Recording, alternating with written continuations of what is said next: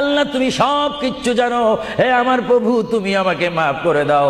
আমার আল্লাহ বলে, তারপরও যদি তোমাদেরকে আমি মাফ না করি, তারপরও বান্দা তোমরা আমার রহমতের দরজা থেকে ফিরে যাইও না। আমি তোমাদেরকে হুকুম দিচ্ছি, ওয়ালাউ আন্নাহুম ইয যালামু আনফুসাহুম জাউকা, বান্দারে যদি গুনাহ করে ফেলো আমার রহমত থেকে মুখ ফিরিয়ে তুমি চলে যাইও না।